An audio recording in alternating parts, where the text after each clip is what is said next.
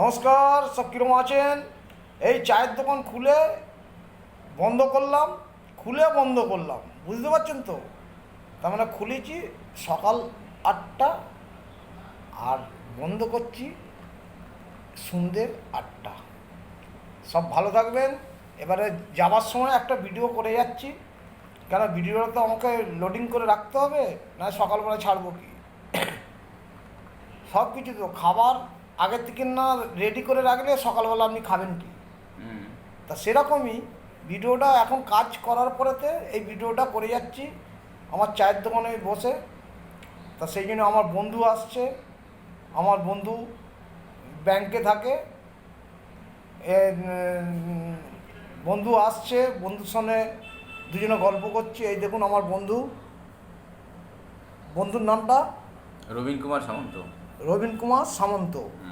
তা বন্ধু ফোন করলো যে যাচ্ছি তোমার ক্যান্টিনে, তোমার সঙ্গে যাব। আমি এসো, আমি তোমার জন্য ওয়েট করব।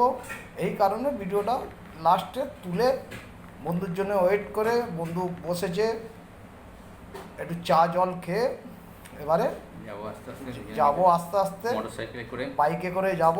সেই জন্যই দুজনে একসঙ্গে যাবো বলে সেই জন্য 35 কিলোমিটার রাস্তা, 35 কিলোমিটার রাস্তা যেতে হবে।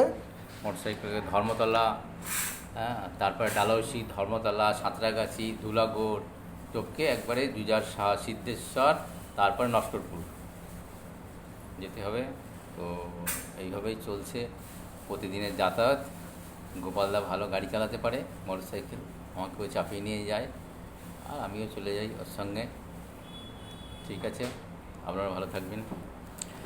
ঠিক আছে, এই আমার বন্ধুর বক্তব্য শুনলেন। এবারে আমি আর কিছু কথা বলার আছে।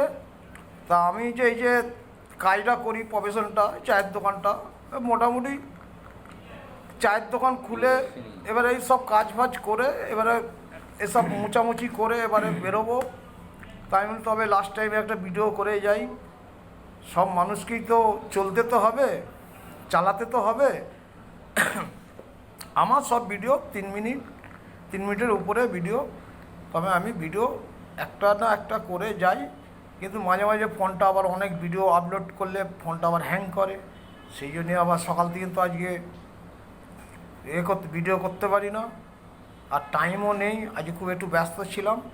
যাক, ভিডিওটা এখন সন্ধ্যে রাত্রে 8টার সময় ভিডিওটা বানিয়ে কালকে সকালবেলা ছাড়া হবে, এই কারণে ভিডিওটা তৈরি করলাম। সকলে ভালো থাকবেন, শুভরাত্রি।